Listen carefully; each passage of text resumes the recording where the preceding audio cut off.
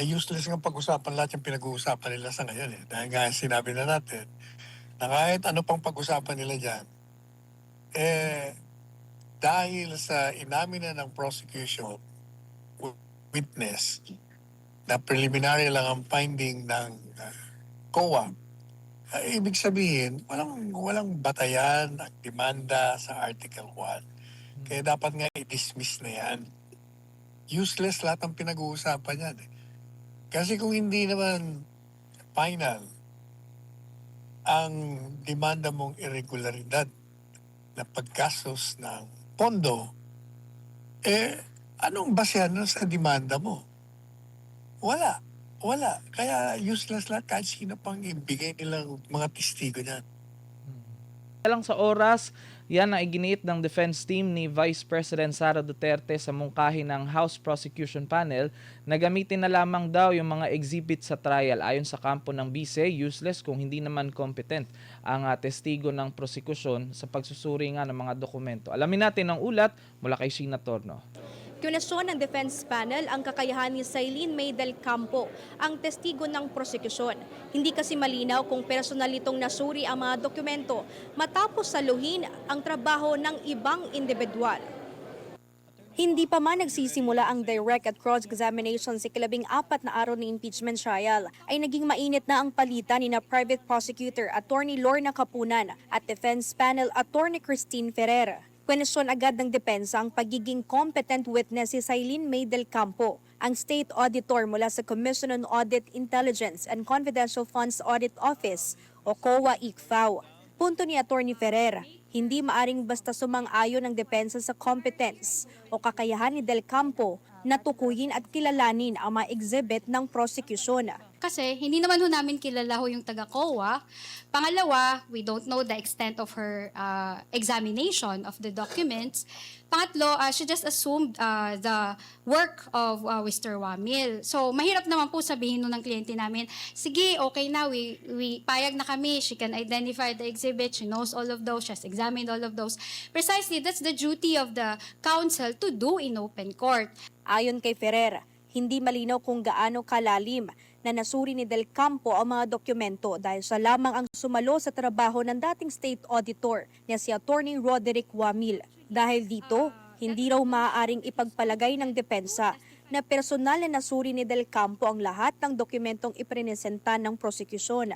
Iginit din ng depensa na hindi nila obligasyong kilalanin o sang-ayunan ang authenticity o pagiging tunay ng mga dokumento ng prosekusyon. Sinabi pa ni Attorney Ferrer, korte pa rin ang magpapasya sa authenticity ng mga acknowledgement receipts matapos isumite ng prosekusyon ang kanilang offer of evidence. We don't even need to compare the exhibits in order to expedite the proceedings because first of all, that's the authenticity of the exhibits is something that the court will have to decide.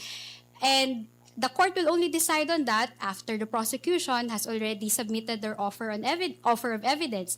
Gayunman nilinaw pa ni Ferrer na hindi tututol ang depensa sa paggamit ng prosekusyon sa Rule 130 Section 7, kabilang ang paghaharap ng buod ng mga dokumento, basta't sasailalim ito sa cross-examination. Sa halip na isa-isahin ang libo-libong acknowledgement receipts, sinabi ng depensa na maaring gumamit ng sample exhibits o iba pang paraan para mapabilis ang pagdinig. We will not even object as to how many exhibits you will identify or you will have as samples, kahit 10 per quarter or kahit 100 or kahit wala, so that they can use Rule 130 Section 7. And if properly done, I think they can identify or they can finish all 1 quarter in less than 10 minutes. I'm talking about that, no? I'm talking about that based on experience. So, Your Honor, we don't object to their implementation of Rule 130 Section 7 as to the manner by how they will do it. Ang posisyong ito ng depensa ay lumabas matapos igit ng private prosecutor na kailangan nilang magkasundo sa ilang dokumento upang mapabilis ang impeachment trial. Ayon naman kay Attorney Capunan, ilang beses sinubukan ng prosekusyon na makipag-ugnayan sa depensa para pag-usapan ng stipulation o mga bagay na maaari ng pagkaisahan kaugnay ng mga ebidensya. Na-indyan po kami. Wednesday, we made a text message and I have the text messages here. When do we meet? Tomorrow or Friday? Wala pong sagot nung Wednesday. On Thursday, we waited the whole day. Kailan tayo magmi-meet? Thursday na ngayon. Friday na bukas. Our witness will be on board on Monday. Wala pa rin sagot, Your Honor. The whole day of Thursday. At the end of Thursday, at the end of office hours, they texted, counsel for the respondent texted to say, we are available on August 14. Dahil dito iminungkahi ni Kapunan na gamitin na lamang ng prosekusyon ang mga exhibit ng depensa upang hindi na maantala ang paglilitis. Ngunit hindi ito sinang-ayunan ng defense panel. Para kay Attorney Ferrer, walang saysay ang paggamit ng exhibit ng depensa kung hindi naman napapatunayang competent ang testigo ng prosekusyon na kumilala at magpatunay sa mga dokumentong iyon. It doesn't matter if they will use our own exhibits, Your Honor. It doesn't even make their witness competent. That is why we are here in open court to establish the competence. So kahit pagamitin ho namin yung exhibit namin, kung hindi naman ho competent yung witness nyo to identify those exhibits, it will still be a waste of time. Bago mag-adjourn ang Day 14 ng impeachment trial ay hiniling ni Senator Judge Mig Zubiri na baguhin ang umiiral na schedule ng impeachment trial mula alas 10 ng umaga nais itong iurong ng alas 3 ng hapon hanggang alas 10 ng gabi para bigyang daan ang legislative agenda ng Senado. Bagay naman na tinutulan ng minority senators dahil para sa kanila dapat itong idaan sa caucus. Mula rito sa Senado, para sa Diyos at sa Pilipinas kung mahal, ito si Sheena Torno, SMNI News. Ayun po, Attorney Sal. Regarding po doon sa sinabi ng Defense Counsel, si Attorney Christine Ferrer, na hindi sapat na magiging batayan yung pag-assume ng mga task ng State Auditor kasalukuyan mula doon sa nakaraang State Auditor. Sa tingin niyo po ba, Attorney Sal, matatawag rin ba na competent witness itong si State Auditor Silene Del Campo? Unang-una, yan ang babaeng abogado dyan sa prosecution. Puro kabalbalan pinagsasabi niyan. Puro reklamo, puro propaganda, puro hindi tungkol sa kaso. Puro paninira. Reklamo siya ng reklamo. Unang-una sila may kasalanan niyang mga identification, mga dokumento kasi dapat noong pang pre-trial stage inalok na nila yan. Ngayon dami silang reklamo. Pangalawa, useless nga pag-usapan lahat yung pinag-uusapan nila sa ngayon. Dahil nga sinabi na natin na kahit ano pang pag-usapan nila dyan, dahil sa inamin na ng prosecution witness na preliminary lang ang finding ng COA, ibig sabihin, walang batayan ang demanda sa Article 1. Kaya dapat nga i-dismiss na yan. Useless lahat ang pinag-uusapan yan. Kasi kung hindi naman final ang demanda mong irregularidad na paggastos ng pondo, anong basehan nun sa demanda mo? Wala. Kaya useless lahat kahit sino pang ibigay nilang mga testigo niyan. Puro waste of time lahat yan. Yan. Parang waste of time nga ito. Kasi nga, doon nga, balikan po natin yung sinabi ng House Prosecution Counsel na tinext daw nila yung defense panel nung last week. Pero nabanggit nila rin po na dapat nung sa pre-trial brief or sa pre-trial pa lang dapat na pag-usapan yung mga stipulation. Ayan.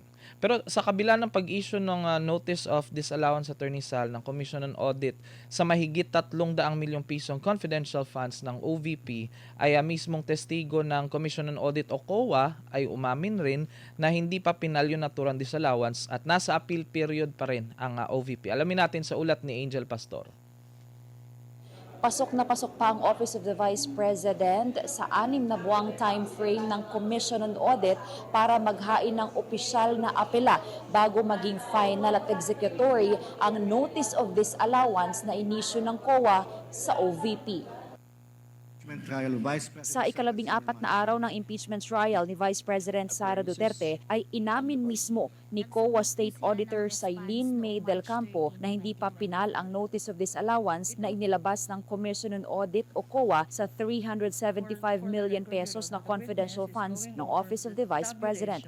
Sa pagtatanong ni Private Prosecutor Attorney Lorna Capunan, sinabi ni del Campo na sakop pa ng legal appeal period ang OVP para questionin ang naturang disallowance sa COA Commission proper. Tinanong din ni Presiding Officer Cheese Escudero kung hanggang kailan maaaring iapila ng OVP ang Notice of Disallowance. Paliwanag ni del Campo may 180-day reglementary period o 6 na buwan ng OVP para opisyal na maghain ng apela sa COA Commission proper matapos matanggap ang Notice of Disallowance na inisyu noong March 31, 2026. What is the status of this notice of disallowance? Nasa prescribed period pa po ang OBP para po mag-appeal sa commission proper po. Okay. With the indulgence of counsel, and what is the prescribed period to appeal before the commission? 180 days po after nila ma-receive yung notice of 6 disallowance. months. Opo. Kinumpirma rin ni del Campo na umiiral pa sa ngayon ang 100-day appeal period para sa kampo ng Vice Presidente. Is the 180 days still currently applicable? Yes po. Bago ito, sinabi ni del Campo na idineklarang disallowed ng COA ang 375 million pesos na confidential funds ng OVP batay sa naging testimonya ni Special Disbursing Officer Gina Acosta sa House Committee on Justice. Ayon kay Acosta ay pinag-utos sa ni Vice President Sara Duterte na i-turn over ang pondo kay VP SPG Chief Raymond Lachica. Git ni del Campo, labag ito sa COA rules dahil ang Special Disbursing Officer o SDO ang dapat tumawak at mag-disburse ng pondo. Dahil dito, Notice of Disallowance ang inilabas ng COA sa halip na Notice of Suspension. Gayunman, dahil nasa loob pa ng appeal period ang OVP, hindi pa pinal ang naturang Notice of Disallowance at maaari pa itong questionin sa COA Commission proper. Ipinaliwanag din ni del Campo na compliance audit ang pangunahing trabaho ng COA kung saan sinusuri ang liquidation documents batay sa joint circular. Hindi naman anya nakatuon ng COA sa pag-verify ng mga pangalan sa acknowledgement receipts. Samantala, pumalag naman ang depensa sa naging estilo ng prosekusyon sa isinagawa nitong direct examination kay del Campo habang iniisa-isa ang mga dokumentong isinumite ng OVP sa COA. Sinaway at pinagsabihan ni Presiding Officer Cheese Escudero si Private Prosecutor Attorney Lorna Capunan dahil sa pagtatanong ng conclusion of facts. Iginiit na Escudero na dapat hayaan ang testigo na magbigay ng sarili nitong interpretasyon sa mga ebidensya. So from Negros Occidental, pumunta ng Agus. Your Honor, please, Your Honor. Your Honor, can the counsel be reminded not to make any inferences on the document, Your Honor, like from Counsel- Lolos, pumunta ng Negros. Counsel pumunta is so ng Agusan. reminded, just ask your question to the witness. Let the witness be the one to respond to whatever elicitation or admission you want to get, counsel. Sa Miyerkules, muling sasalang sa witness stand si del Campo at inaasahan ang magiging cross-examination ng depensa maging ang interjections ng mga senator judges sa kanya kaugnay nga dito sa Article 1 ng umano'y maling paggamit ng confidential funds ng OVP at ng DepEd. Mula dito sa Senado para sa Diyos at Pilipinas, Kumahal Angel Pastor, SMNI News. Ayan, Attorney Sal. Ayun, mismo ngang testigo nila ang nagsabi na hindi pa pinal dahil covered pa ng period itong appeal or ang paliwanag mula sa OVP. Pero ano pong masasabi ninyo sa presiding officer kahapon, Attorney Sal? Yung assessment ninyo. Unang-una, gaya ng sinabi ko na. At pinaamin naman subject to appeal pa. So, bakit di pa nila dinidismiss yan? Hindi ko maintindihan. Itong defense, ayokong turuan ng depensa, pero siguro mas maganda na magkaroon na ng motion to dismiss Article 1. Kasi nga premature lahat yan. Magdemanda na lang sila kung pinal na.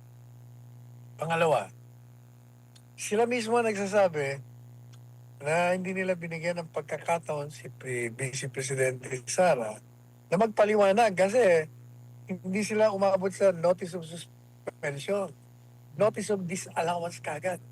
Doon lang makikita mo na ang kawalang saysay itong demandang ito. Talagang sinasayang ang oras, ang pera ng bayan para sa isang demanda na walang batayang legal. Mm. Ayan. At yung abogadang yan, Mm. Yes, attorney. kaya dapat contempt na. Mahina nila pinapalitan yan. Ang sabi nga daw nila, pinagbibigyan na lang daw kasi nga po dahil sa kanyang pagiging senior na po. Pero, well, ngayong araw na to, yes, attorney. Hindi yung dahil sa pagka-senior. Kasi nga, hindi ba, may mga kaso yung mga yan. Mm. Takot.